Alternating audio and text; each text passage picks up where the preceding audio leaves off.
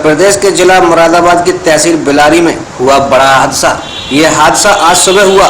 ग्राम चंगेरी में हुआ यह हादसा। गांव के पास ही तालाब में लगभग 20 भैंस नहा रही थीं। तालाब के ऊपर से 11,000 की लाइन गुजर रही थी।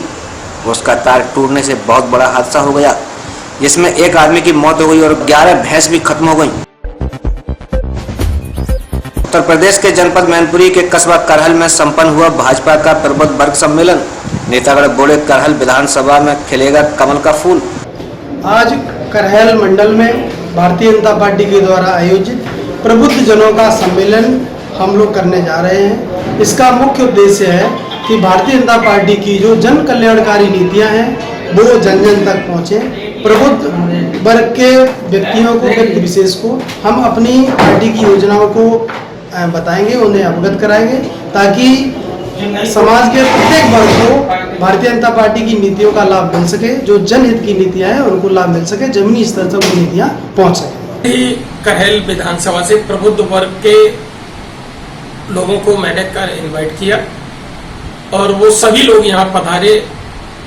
यूपी गवर्नमेंट में मिनिस्टर श्री महेश गुप्ता जी, नगर विकास राज्य मंत्री आए, मेरे जिले के यशस्वी जिलाध्यक्ष प्रदीप चौहान जी, मेरे मैनपुरी के जिले के प्रभारी पंकज भदौरिया जी, सह प्रभारी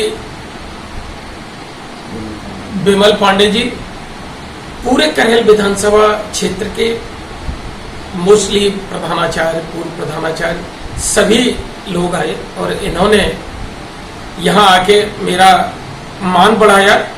और मुख्य अतिथि और मेरे जिला अध्यक्ष ने 4.5 वर्ष की यूपी गवर्नमेंट की उपलब्धियों को विस्तार से बताया और इससे पहले की सरकारों ने जो कुकृत्य किए हैं, जो खाली प्लाट हमारा है, जो नारा इन लोगों का था, उसके बारे में सारी बातें बताई। मौलाना जर्जिस ने बचपन में हुआ प्यार के ऊपर की तकरीर। बचपन के प्यार को कहीं भूल न जाना। बच्चों को अक्सर गाने याद होते हैं। इस पर मौलाना जर्जिस क्या कहते हैं, सुनिएगा। सरकायले खटिया याद होगा पूरा। तेरी आंखें झुकी झुकी, अभी सुनो, खड़ा होकर पूरा सुना देंगे। लेकिन आयतल कुर्सी के लिए मौलाना साहब बेइज्जती न कर दें हमारी। आयतल कुर्सी पूछो तो नहीं। और हमारा बच्चा अगर घर में थोड़ा ऐसे ऐसे कर दे तो अम्मा कितनी खुश होती है, मेरा बच्चा डांस कर रहा है, सीने से लगाती है, खुश हो रही है।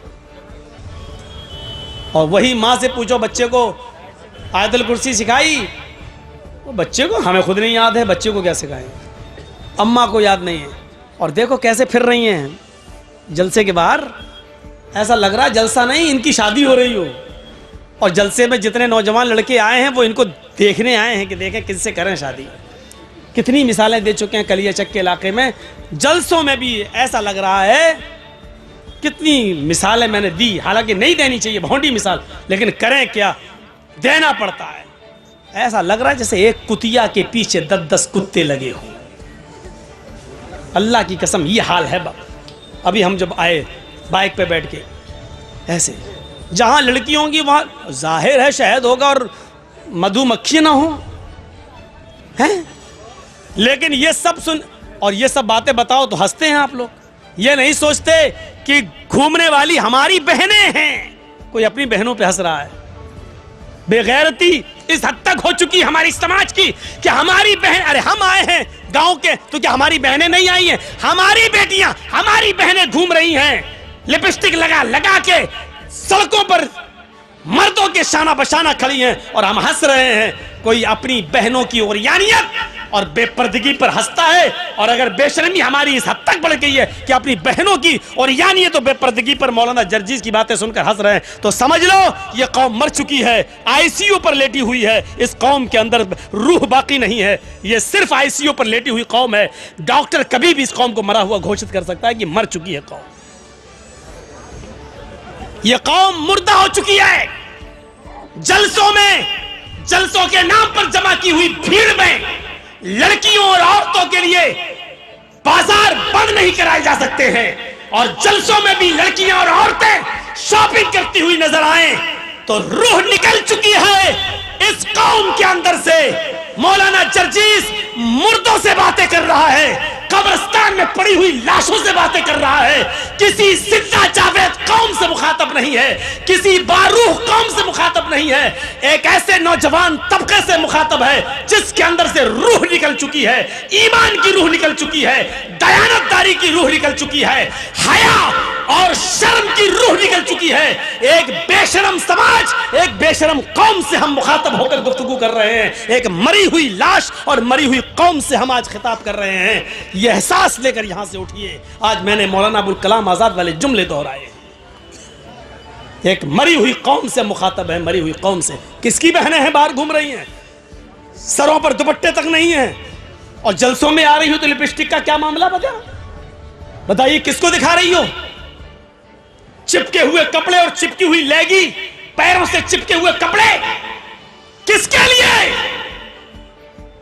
हमारी बहनें हैं और हमारी बेटियां हैं, हमारी बीवियां हैं। ऐसे ही कहा था अल्लाह के रसूल ने, दयूस। बार बार दोहराऊं, दयूस किसको कहते हैं? कितनी बार बताया जाए? जिसकी बहन, जिसकी बीवी, जिसकी मां, जिसकी बेटी बेपर्दा घूमती है वो भड़ुआ है। नहीं बोलूंगा दयूस, क्या कर लेंगे आप, मैं भड़ुआ बोलूंगा। जिसकी बहन बेपर्दा घूम रही है वो भाई भड़ुआ है, जिसकी बेटी बेपर्दा घूम रही है वो बाप भड़ुआ है, जिसकी बीवी बेपर्दा घूम रही है वो शौहर भड़ुआ है, जिसकी बहन बेपर्दा घूम रही है वो भाई भड़ुआ है। दयूस। अब योगी जी हमसे उत्तर प्रदेश में पूछे कि दयूस किसको कहते हैं तो बताना पड़ेगा ना, भड़ुआ। वो क्या जाने दयूस क्या होता है? कल मोदी जी पूछ ले, मौलाना साहब आपने तकरीर में कहा था कि वो दयूस है, दयूस किसको कहते हैं तो बताना पड़ेगा ना, दयूस किसको कहते हैं? भड़ुआ। इतना बुरा। और भड़ुआ किसको कहते हैं मालूम है? वो भी बताऊंगा, सुनना पड़ेगा, तुम्हें नहीं तुम्हारे बाप को भी सुनना पड़ेगा। 2 घंटे 1.5 घंटा यही तो मेरा पावर है। इसके बाद हमारी चलेगी कहां? इसके बाद तो हम कहीं बोल ही नहीं पाएंगे, जहां बोलेंगे वहीं पिटेंगे। यहां ये अथॉरिटी पावर मुझे अल्लाह के नबी ने दिया है, इस्लाम ने दिया, शरीयत ने दिया है। भड़ुआ कहते हैं उसे जिसने अपनी मां बहन बेटी को चकले पे बिठा दिया हो और उनसे जिना करवा रहा हो और उनकी कमाई खा रहा हो, इसको कहते हैं भड़ुआ। अपनी माँ बहन बेटी बीवी से गलत काम करा के उनकी कमाई को खाने वाला। इतना बुरा जुमला अल्लाह के रसूल ने कहा, जिसकी बहन बेटी बीवी माँ बेपर्दा घूमती है वो ये है। सब गांव में फला आदमी बीमार है, उनके लिए दुआ करो, अल्लाह ताला शिफाए कामिला और आजिला अता फरमाए। मैं ये नहीं कह रहा हूं कि ये नाजायज है, दुआ कराई जा सकती है, की जा सकती है, लेकिन बीमारी पर सब्र करना और अपनी बीमारी को अल्लाह के भरोसे पर छोड़ देना कि उसने बीमार किया वही ठीक करेगा, किसी मुल्ला मौलवी के पास जाके झाड़ फूक ना कराया और उस पर सब्र किया, तो ये लोग भी बगैर हिसाब और किताब की जन्नत में जाने वाले लोगों में से होंगे।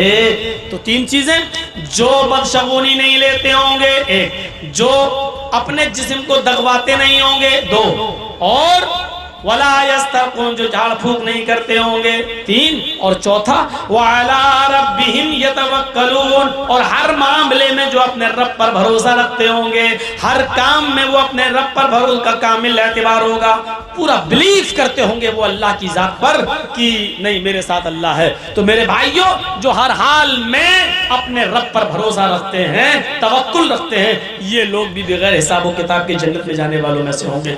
ये सुनकर हजरत औकाशा इब्न महसन उठते हैं और अर्ज करते हैं कि अल्लाह के नबी सल्लल्लाहु अलैहि वसल्लम, मेरे लिए दुआ कीजिए कि अल्लाह इन 70,000 लोगों में मुझे भी शामिल कर ले। अल्लाह के नबी फरमाते, अंत मिनहुम या औकाशा, आए औकाशा, 70,000 लोगों में जो जन्नती होंगे, बगैर हिसाब और किताब की जन्नत में जाएंगे, उनमें तुम्हारा भी शुमार है।